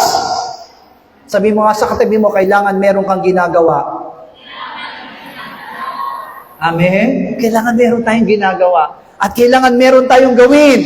Step in to take the possession. Amen po ba? Kung dati hindi ka humakbang, ngayon humakbang ka na. May gagawin na ako. Hallelujah. Amen? Hallelujah. Pwede ba akong, amen? Pwede ba akong makisalo dyan kahit 2 baso lang ang mahugasan ko? Kasi sometimes we are social eh. Amen? We do not want the dirty one. Amen? Alam niyo po tayo, para tayong ayaw natin yung marurumi. Yung pinakatrabahong marurumi, ayaw natin. Gusto natin yung mga yung mga pang-social, pang-bossing ba? Hallelujah. Amen? Pero hindi eh. Yung pwede mong ibigay yung sarili mo, pwede kong gawin yan. Hallelujah. So, totoo lang, right after the worship service, pagkatapos mo ng worship service, itong mga halaman na ito nilalabas eh. Minsan, may nakikita ko dito na kahit hindi mo utusan na worker or ng kabataan, ilalabas niya na talaga yung halaman. Hindi na siya naghihintay na utusan pa siya, o ilalabas na yung halaman, ilalabas niya na kagad yung halaman. Pero may mga iba naman tayong mga kapatiran, pagkatapos ng worship service, nandun na sa pintuan. Nakapila na dun sa kakainin. No problem. Walang problema yon. Pero, nasubukan mo na ba yung pinagkainan mo? Ako na lang maghuhugas nito, sis. Sa totoo lang, naghahagila po kami pagkatapos po ng worship service. Pagkatapos ng kumain, merong baso doon, nandun yung isang pinagkainan. Kung saan po kayo kumain, doon niya na lang po iiwanan. Aray ko po. Tama ba? Hallelujah! Ang sarap. Kumain ka na ng salita ng Diyos, kumain ka pa ng pisikal, pwede naman na iligpit mo yun. Hallelujah! At pwede mo rin sabihin sa kanya, sis, ako na lang maghugas nito. Lapit-lapit lang nung gripo doon. Hindi ka na nga magbobomba eh. Dati po, nagbobomba, di ba? Dito po, isasahod mo lang. Tapos, ugasan mo na siya, okay na. Amen? Pwede bang gawin yun natin? Kaya ba natin gawin yun? Kaya. Kaya natin gawin. Ang problema, gagawin ba natin?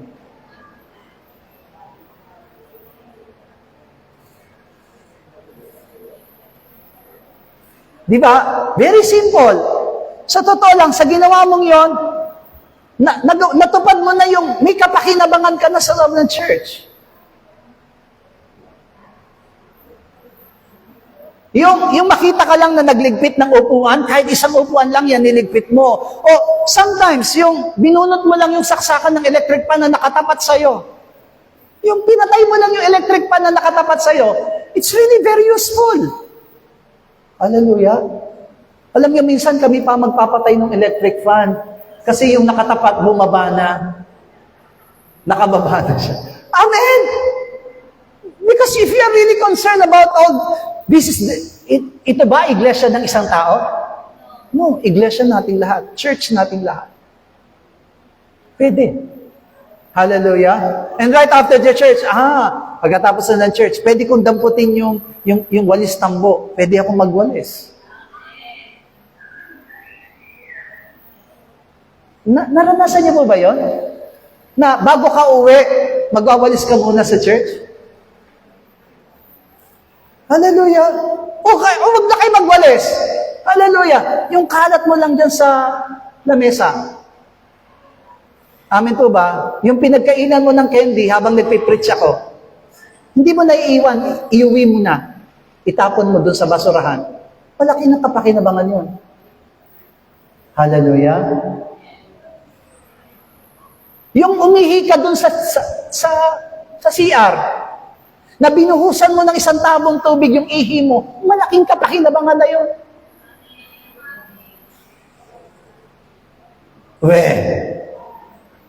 Sa totoo lang, hindi lahat ng umiihi, especially boys, Mga kalalakihan, kahit ganito lang po ako, pag umihi ako dyan sa CR, bubuhusan ko po. Ilan po sa inyo, mga nandito, mga miyembro, amen, na mga kalalakihan, pag umihi po kayo sa CR natin, binubuhusan ninyo. Because that is church. Hallelujah. Yung buhusan mo lang yon, walang nakakita sa'yo, but God sees you. You're good. Amen?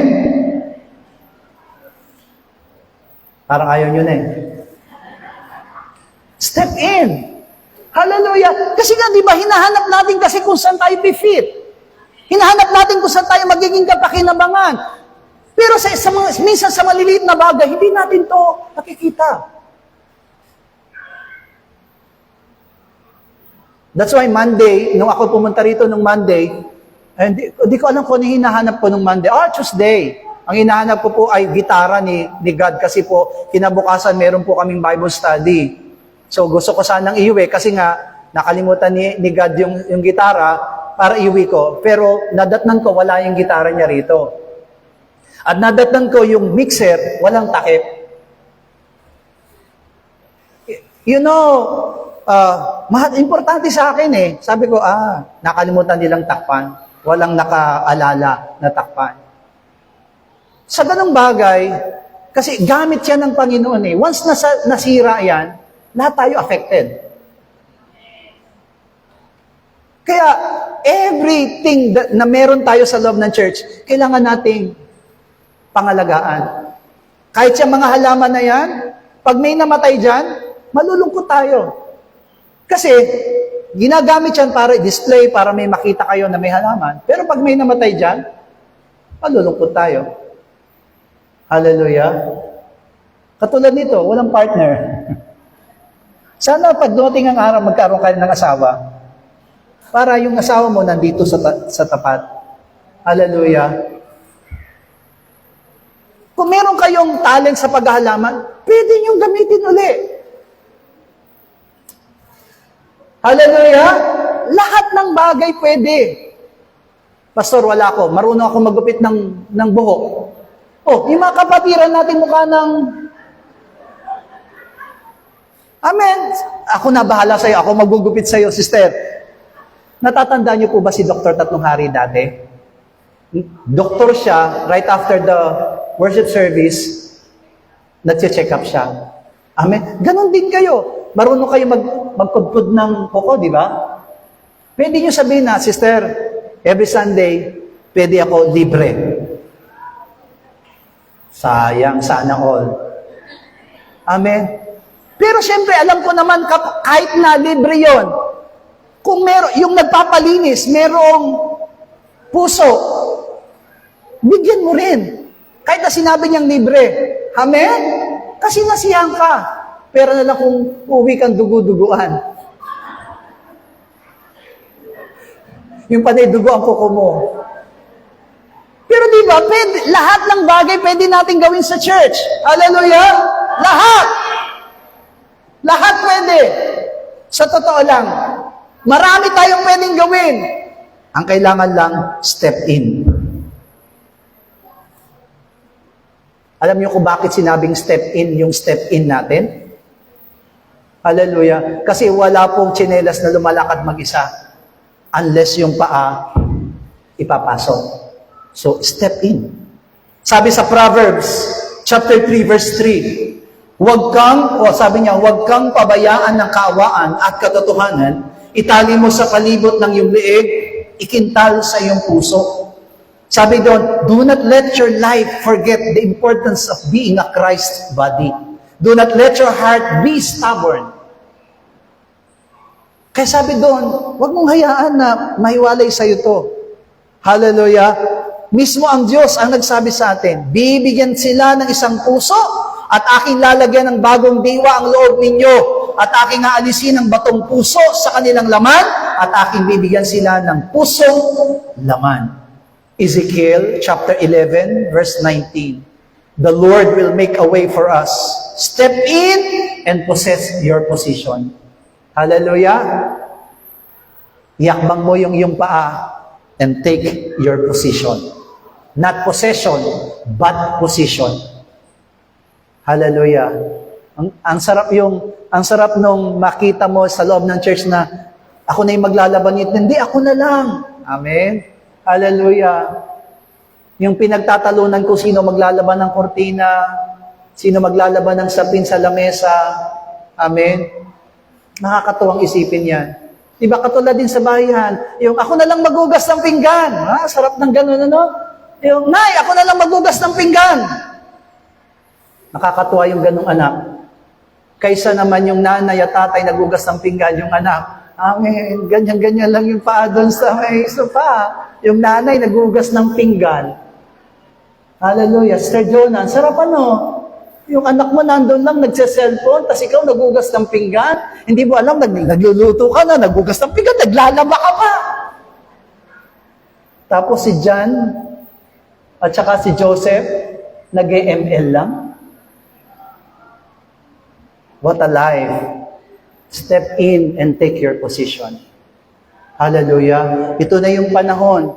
Kaya nga, kung may position na kayo sa church, ibig sabihin may ginagampanan ka na sa church, naiwan mo, balikan mo. Kailangan ko nang gawin uli kung yung pinagagawa ng Panginoon sa akin.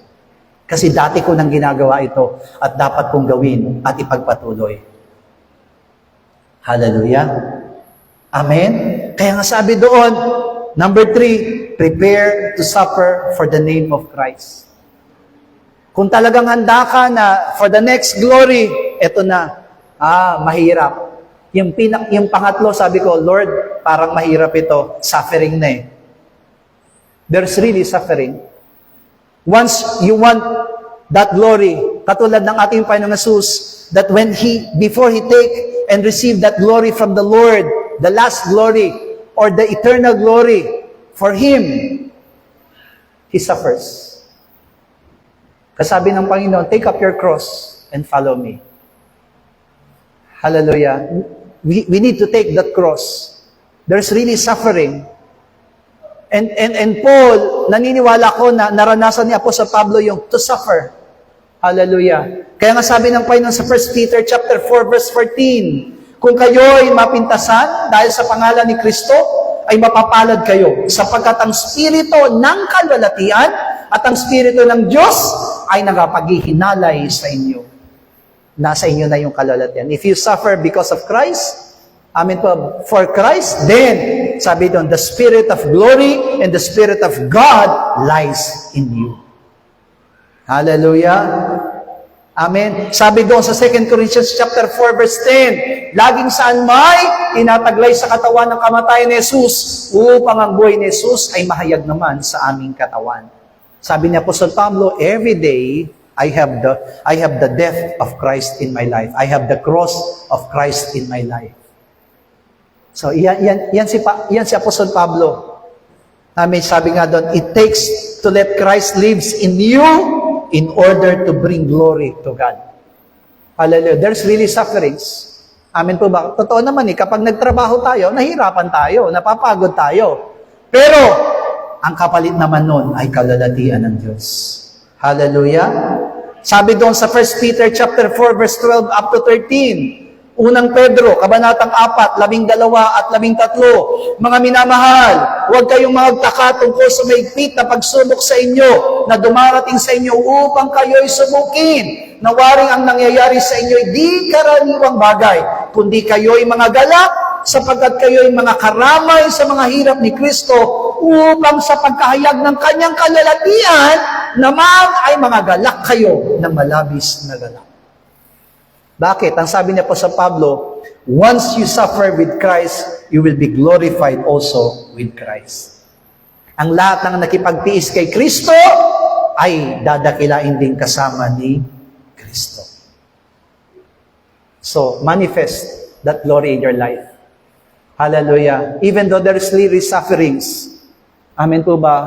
Mga youth, amen, mga kabataan, mga nanay, mga tatay, hallelujah, be ready for that sufferings if you will try to, amen po ba, to look upon and look forward for the more glorious and spiritual life in your life. Kung gusto po natin na more glorious, there is really suffering. May hirap. Pero lahat ng hirap natin, papalitan ng Diyos ng kanyang kalalatian. At bilang pagtatapos, anong sabi niya sa Haggai, chapter 2, verse 9? Hageo, kabanatang 2, talatang 9. Ang huling kalalatian ng bahay na ito ay magiging lalong dakila kaysa dati, sabi ng Panginoon ng mga hukbo. At ang dakong ito ay magbibigay ako ng kapayapaan, sabi ng Panginoon ng mga hukbo. The Lord will increase that glory in this church. Hallelujah. Ang sabi ng Panginoon, kung may kalalatian na sa iglesyang ito, and if the Lord will see how we will, amin po ba, lahat po tayo gaganap para sa kalalatiang yon. Sabi ng Diyos, papalitan niya at pag-iibayuhin niya ang kalalatiang yon sa atin. Epeso, kabanatang 5, talatang 27. Upang ang iglesia ay may harap sa kanyang sarili na maluwalhati, na walang dungis o kulubo o anumang gayong bagay, kundi ito'y manararapat, maging banal at walang kapintasan. The reason why this sermon was being preached to us, so that the church will be presented to Christ, holy and accepted to Him. Hallelujah. Let us all grow in faith.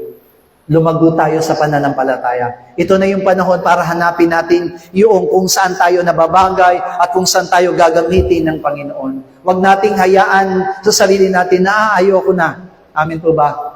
Maari tayo magpahinga, pero huwag tayong titigil. Hallelujah. Naway gamitin tayo ng Diyos. Ang bawat sa atin ay gamitin ng Panginoon. And just like Paul, katulad niya po sa Pabo, look upon, look forward for that more glorious life and spirit in faith in your ministry. Kung yung pananampalataya natin, napabayaan natin, balikan natin. Hallelujah. At gawin natin masikap at patuloy natin pagsumikapan. Kung yung sa ministry natin, meron na tayong ginagawang ministeryo dati, itinigil natin o natigil natin, then ituloy ulit natin.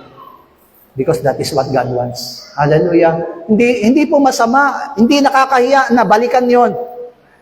Ang masama, pag tumigil na tayo. Hallelujah. Kung sasabihin po natin na, Pastor, gusto ko nang balikan yung akin dating ministeryo. Gusto ko nang bumalik sa ministry na dati kong ginagampanan. Then, you are free. Hallelujah. Mas masarap na marinig yung bumabalik. Amen po. Kaysa naman siya yung tumitiwalag at inaalis niya yung kanyang sarili para sa gawain ng Panginoon. Let us all work. Hallelujah. Gamitin natin sa umagang to, step in to take your position. Hallelujah.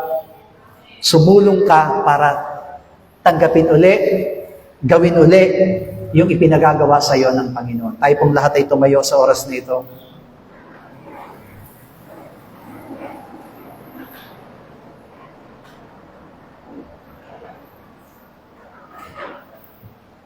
Habang tayo nakatayo ngayon, nanalangin tayo sa Diyos. After we realize what is really our lives in front of God, anong klase na tayong mananampalataya, anong klaseng Kristiyano na tayo sa harapan niya, anong klase na po tayong miyembro ng isang iglesia sa harapan ng ating Panginoon. Hindi natin ginagawa ang lahat ng bagay para isatisfy, para bigyan lugod ang isang tao. Kundi ginagawa natin ang lahat ng bagay nito to please the Lord in our lives. Kaya sa oras na ito, kung na-realize natin na marami na tayong pagkukulang, marami na tayong naging pagkakamali, at maaaring sa buhay po natin, hindi nalimutan natin yung dating ipinagagawa sa atin ng Panginoon at hindi na natin nagagawa ngayon, then it's time for us to come back and again, step in to take your position. Manalangin po ang bawat po sa atin and be led by the Holy Spirit, be led by the truth, at hayaan po natin na patuloy tayo na makagawa ng mga bagay na siyang hinahangad ng Panginoon sa bawat sa atin as we shout, "Oh my soul, overcome! Oh my soul, overcome! Oh my soul, overcome! And oh my soul, overcome!" Ama namin Diyos, naririto kami uli, Panginoong Diyos. Panginoon, just like what we have heard, Panginoong God, to step in, to possess that position, O God, Kaya Ama, na patuloy namin makita, Panginoon, ang aming mga buhay, O Diyos, na kapakinabangan at ginagamit para sa iyong gawain. Panginoon, alam ko po na basa po sa amin ay mayroong gagampanan, Panginoon God, na tungkulin, Panginoon Diyos, upang, Panginoon, matupad ang lahat ng bagay, Panginoon Diyos, para sa buhay ng basa sa amin. At hindi mo mapayagan, Panginoon God, na patuloy namin ma-stop o hindi na magawa ang lahat ng bagay na pinapagawa mo sa amin. Maliit man ito o malaki, Panginoong Diyos. Kaya Ama, na as we realize these things, O God, that we are really part of the body and we are really part of the church, O God. Kaya Ama, na makita namin yung sarili namin ngayon na hinahanap, Panginoong Diyos, kung saan kami gagamitin, kung saan kami magiging kapakinabangan, at kung saan ang kadalamihan mo, Diyos, ay mararanasan po ng masasamin, because we are looking forward to that more glorious in our lives, in our spirit, in our faith, in our ministry, Panginoong Diyos. Kaya naman tulungan mo kami, Panginoong Diyos. Huwag mong hayaan, Panginoong God, na nagambala kami. Katulad ng sinabi mo, ang ginagawa mo ngayon, gagawin mo rin bukas at sa darating na mga araw. Kaya Ama, na magawa namin, Panginoong Diyos, lahat ng mga bagay na hindi na namin nagagawa, ay magawa namin ngayon. Lahat ng mga bagay na gusto namin gawin, ay magawa namin ngayon, Panginoong Diyos. Kabataan man, nanay man, tatay man, O Diyos, hayaan mo na maging bold kami, O Diyos, na patuloy na magawa ang lahat ng ipinapagawa mo sa amin, that we will not be ashamed, we will not, O Lord God, be afraid, O God. Hindi kami matatakot, hindi kami mahihiya, Panginoong Diyos, na ipagpatuloy ang lahat ng ipinapagawa mo sa amin, that we will consider, we are called and we are chosen, O God. Kami pinili mo, hinirap mo, tinawag mo, upang gamitin sa iyong gawain. Kaya naman, O Diyos, naniniwala kami na nariyan ka at gagawa ka sa buhay ng mas sa amin, at patuloy ka namin mapagtinikuran, at patuloy na makikita ang buhay namin, O Diyos, na malalo magiging masagana sa iyong kalulatian. Panginoong Diyos, sa amin po pagtanggap ng tinapay at saro bilang pag-aalala sa iyong katawan at dugo na nabubuhos sa krus ng Kalbaryo. Help us, O Lord God, to minister at maging bahagi ng iglesia, Panginoong Diyos. Sapagkat bahagi kami ng iglesia at hindi pwedeng hindi kami gagawa para sa iyong iglesia. Tulungan mo kami, Panginoong Diyos, maging marapat nawa ang aming puso at isipan. Ito po ang aming dalangin sa pangalan ni Jesus. Amen. You may all be seated.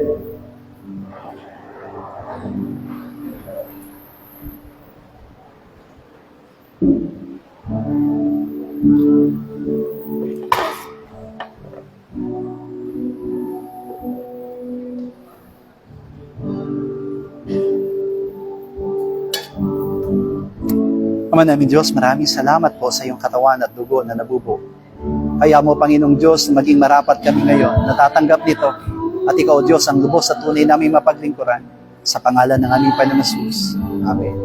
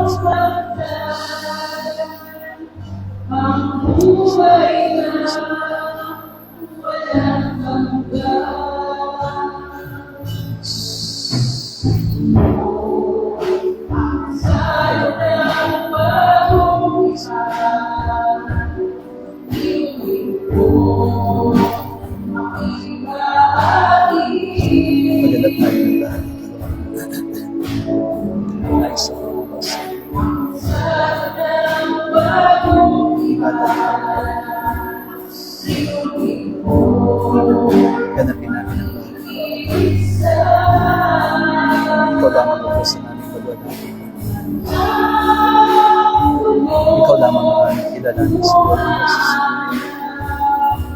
Ikaw lamang ang aming pagkatiwalaan.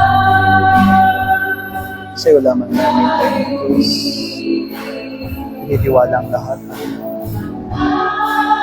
Tulungan mo kami, Panginoon Diyos. Maganap namin ang lahat ng kalooban at nais. Sa iyo lamang namin, Panginoon Diyos, tinitiwala ang lahat.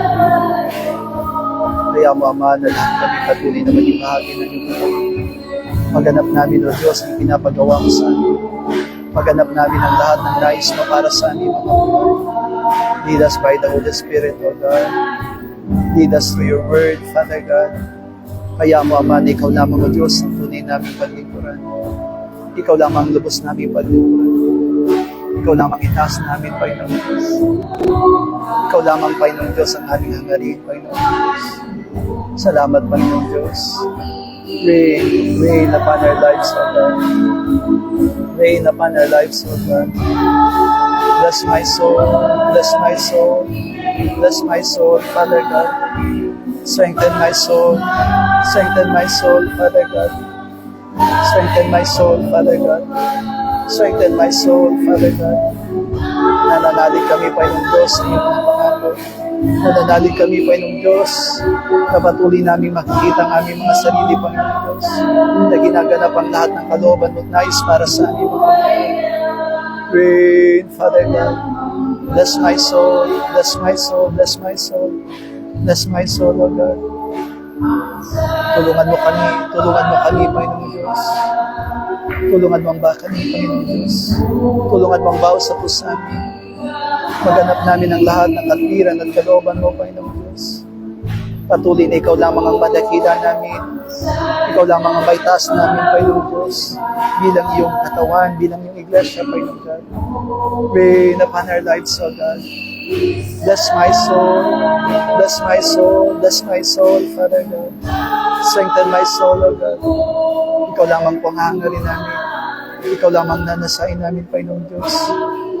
Ikaw lamang ang aming pagkakatiwalaan, Panginoong Diyos. Make us a body of Christ, O God. Make us a true body of Christ, O God. Praise your name. Praise your name, Father God. Praise your name, Father God. Praise your name, Father God. Praise your name, Father God. Praise your name, Father God. Bless your name.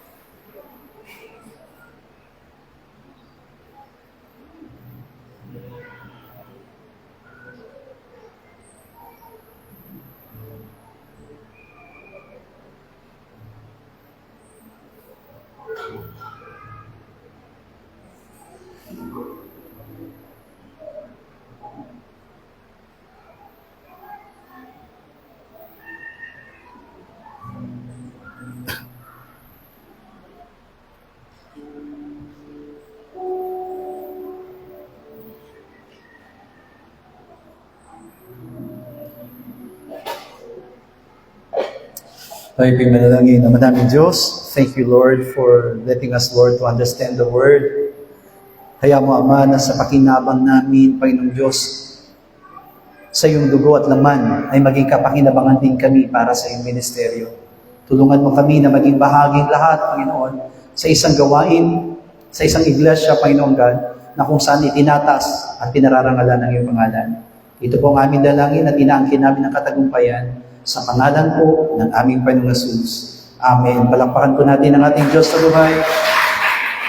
We can give our pledges and our special offering to the Lord.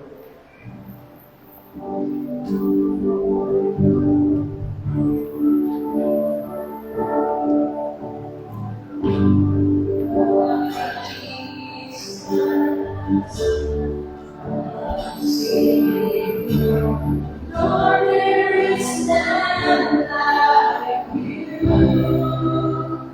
All of my days, I want to praise.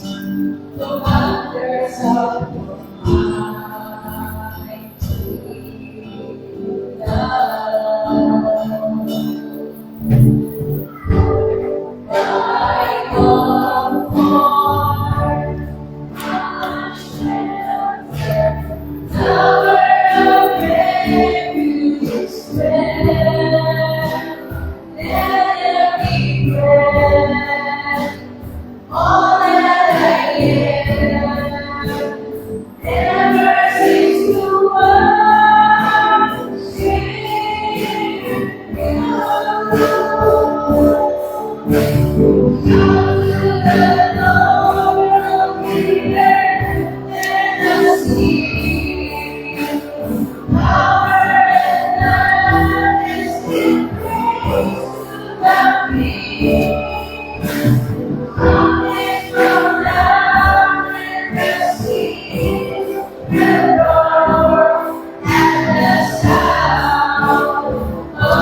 Tayo po lahat ay tumayo sa oras nito.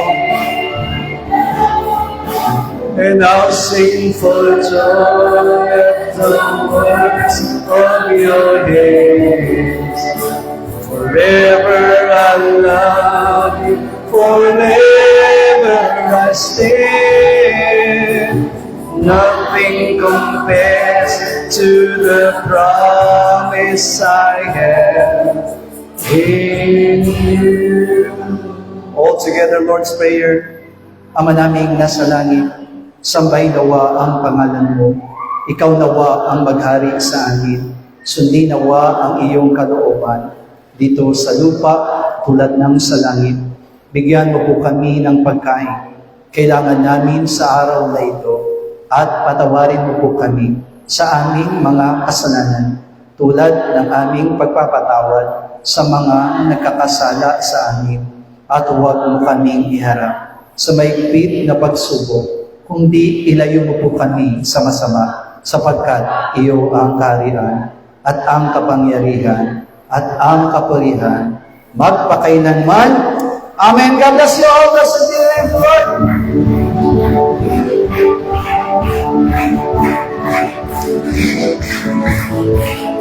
Blessed be the name, blessed be the name, blessed be the name of the Lord.